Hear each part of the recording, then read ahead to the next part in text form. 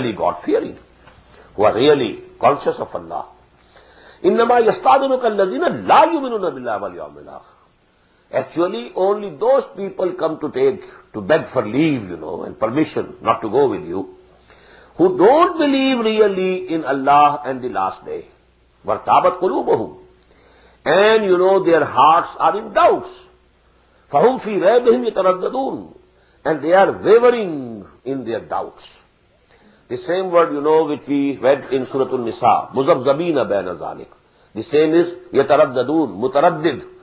Whether I should go, I should not go. Well, if I don't go, my nifaq will become apparent. People will know it. They know it. My neighbors know that all these lame excuses that I presented, they are false.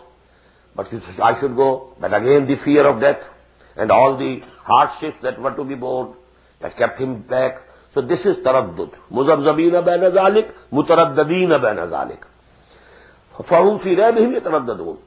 وَلَوْ أَرَادُوا الْخُرُوجَ لَأَعَدُّوا لَهُ عُدَّةً. Had they really intended to go out for war and fighting, they would have made the preparations. وَلَكِنْ كَرِهَ اللَّهُ إِنْبِعَاثَهُمْ. Now this is very important. Allah himself didn't like that they should go out. The reason would come later on. فَصَبَّتَهُمْ. So Allah made them make a pause. Allah made them lagging behind. صَبَّتَهُمْ. وَقِيلَ قُعُدُوا مَعَ الْقَاعِدِينَ. And it was said to them that, okay, you sit back with those who are sitting back, who are not going out. Now comes the wisdom of this decision of Allah. لَوْ خَرَجُوا فِيكُمْ مَا زَادُوكُمْ إِلَّا خَبَالًا. Had they come out with you and accompanied you, they would not have increased anything for you but trouble.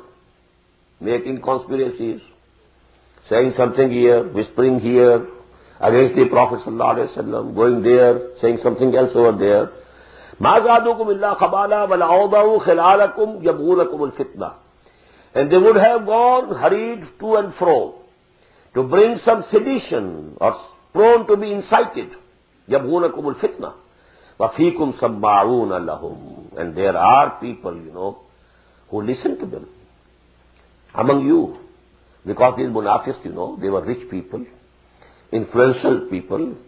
So now, though some of the people from Aus and Khadraj, they used to listen to them. They are our chieftains. For example, Abdullah ibn Ubay was the chief, and it had been decided that he will be declared the king of Yasrib.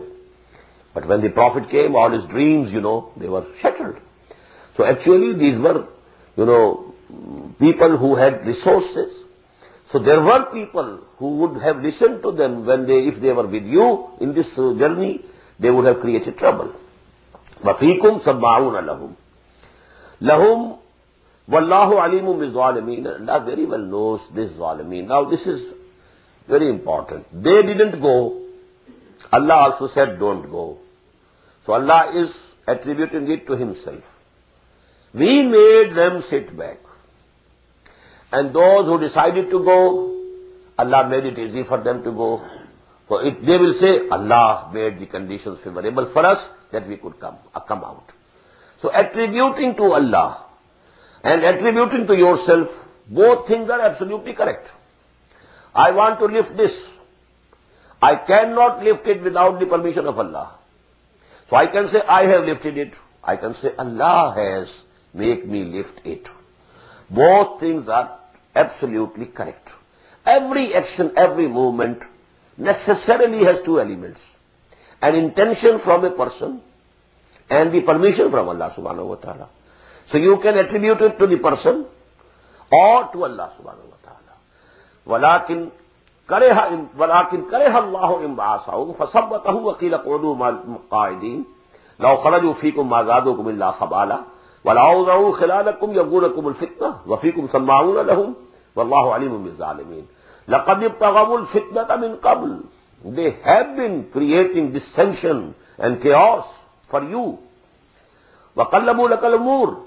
And they have been upsetting the matters for you, O Muhammad sallallahu alayhi wa sallam. For all these long years at Medina, what they had been doing.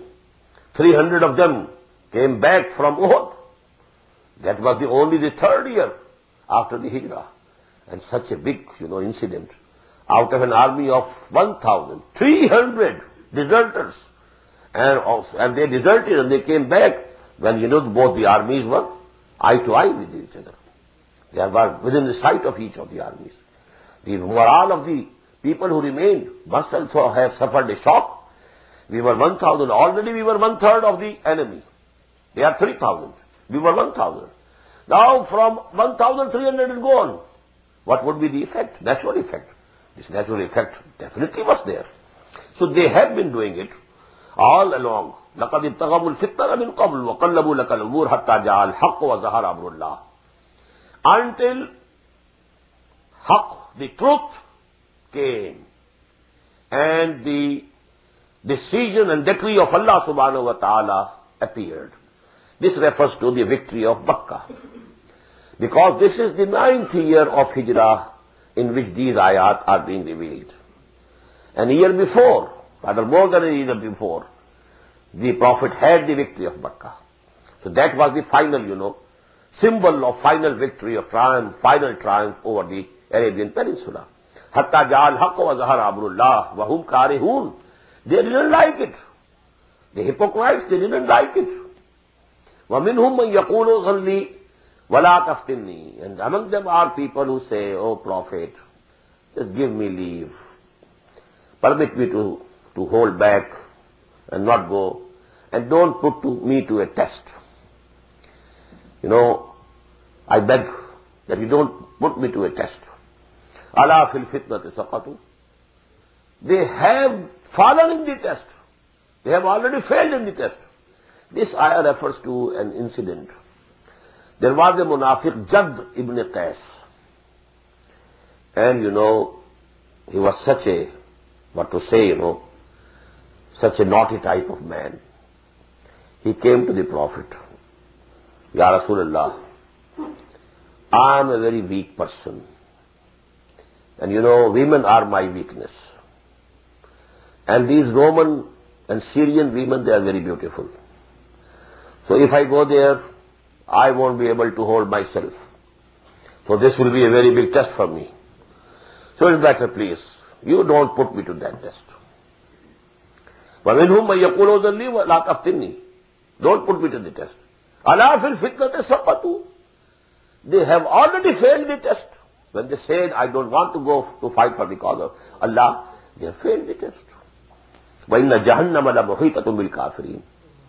And definitely, hell has already encircled all these kuffar.